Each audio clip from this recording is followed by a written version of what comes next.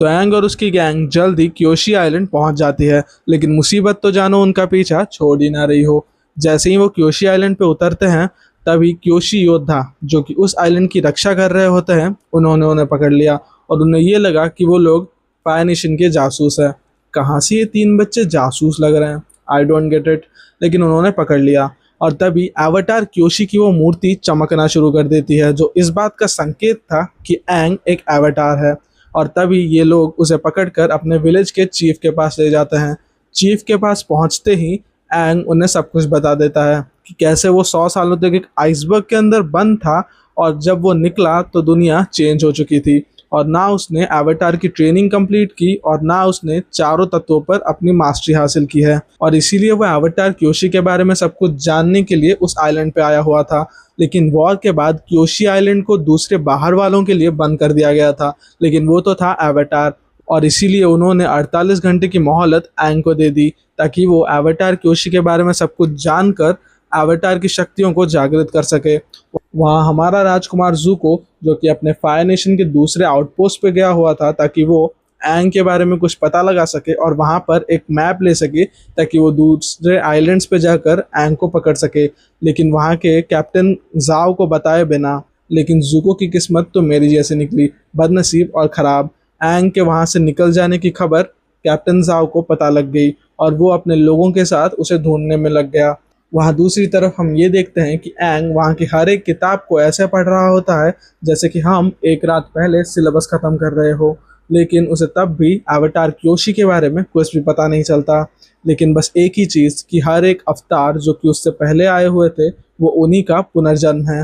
लेकिन इसी तरह सुबह हो जाती है और सुबह कैप्टन जाओ को ये पता लग जाता है कि वहाँ पर एक फ्लाइंग बाइसन देखा गया है, और वो अपने लोगों के साथ, अपनी नेवी फ्लीट के साथ निकल पड़ता है क्योशी आइलैंड की तरफ। और कुछ ही देर में जब जू को कैप्टन जाओ को ढूंढने आता है तो उसे ये पता लग जाता है कि कैप्टन जाओ अपनी नेवी फ्लीट के साथ निकल पड़ा है, हरामी बंदा। तो वहाँ पर वो सब दोनों निकल पड़ते हैं एंग को पकड़ने। और दूसरी तरफ हमारा एंग, जो कि एवाटार क्योशी की मूर्ति के नीचे बैठकर ये ध्यान लगा रहा था कि वो सोल वर्ल्ड में एंटर कर सके।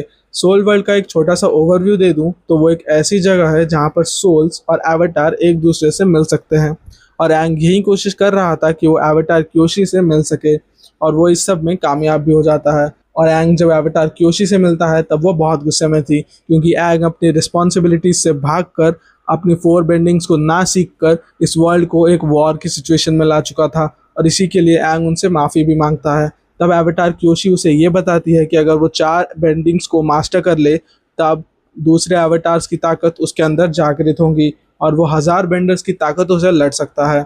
वहाँ कैप्टन जाओ दूसरी तरफ क्योशी आइलैंड पहुँच जाते हैं और वो वहाँ के लोगों को ये धमकाते हैं कि अगर वो एंग को वापस दे दे तब वो लोग बच जाएंगे, लेकिन वो लोग मना कर देते हैं। और तभी कैप्टन जाओ हमला करना शुरू कर देता है, और तभी कटारा ज़ूको को आते हुए देख लेती है और वह एंग को उठाने की बहुत कोशिश करती है, लेकिन एंग तो अब सोल वर्ल्ड में एंटर कर चुका था, और इसीलिए कटारा खुद ज़ूको से लड़ने के लिए निकल पड़ती है। लेकिन उसकी ट्रेनिंग पूरी ना होने के कारण वो ज़ूको को एक फेयर फाइट नहीं दे पा रही थी।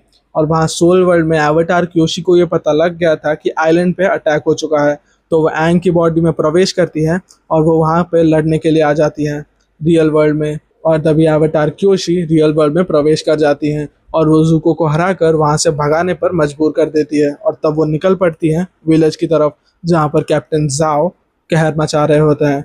और तभी एवाटार क्योशी की एक ऐसी फाइट सीन आती है कि देखकर आंखें रुक जाए। वो अपनी चारों बेंडिंग्स की ताकतों को इस्तेमाल कर कर पूरी की पूरी फायर नेशन की आर्मी को वहाँ पर भागने के लिए मजबूर कर देती है, और तभी एवाटार क्योशी एंग की बॉडी को छोड़कर वहाँ से चली जाती हैं। और सब लोग एंग को ये सोचकर शुक्रिया अदा करते हैं कि एंग उनके लिए लड़ रहा था, लेकिन असल में वहाँ पर तो एवाटार क्योशी लड़ रही होती है। और तभी एंग और उसके दोस्त अपने फ्लाइंग बाइसन पे निकल पड़ते हैं दूसरे सफ़र के लिए। और वहाँ दूसरी तरफ हम ये देखते हैं कि कैप्टन जाओ ज़ूको से माफ़ी मांग रहा होता है और वो ये बोलता है कि अब वो लोग मिलकर एंग को पकड़ेंगे, लेकिन वहाँ पर ये हरामी कैप्टन जाओ ज़ुको को ये बता रहा होता है कि उसे गलतफहमी हो गई थी और अब वो मिलकर एंग को पकड़ेंगे। लेकिन ये सब तो था उसका एक जाल, क्योंकि वो पहले ही फायर नेशन के किंग को लेटर लिख चुका था कि उसके बेटे ने एंग को पकड़ लिया होता है। और तभी सीन कट होता है और हमें पहली बार फायर नेशन को दिखाया जाता है, जहाँ पर कुछ रेवोल्यूशनरीज फायर किंग को मारने के लिए उसके पैलेस में घुस जाते हैं। लेकिन वहाँ तो कुछ और ही फील्डिंग सेट हो रखी थी। वहाँ हमें ये पता चलता है कि रेवोल्यूशनरीज में से एक फायर किंग की ही बेटी निकलती है, जो कि होती है ज़ुको की बड़ी बहन। और अब वो उन सबको वहाँ पर ले आई थी ताकि वो सबको मार सके। और वहाँ हमें वो नई कैरेक्टर इंट्रोड्यूस होती है, जो कि होती है ज़ुको की बड़ी बहन अज़ुला।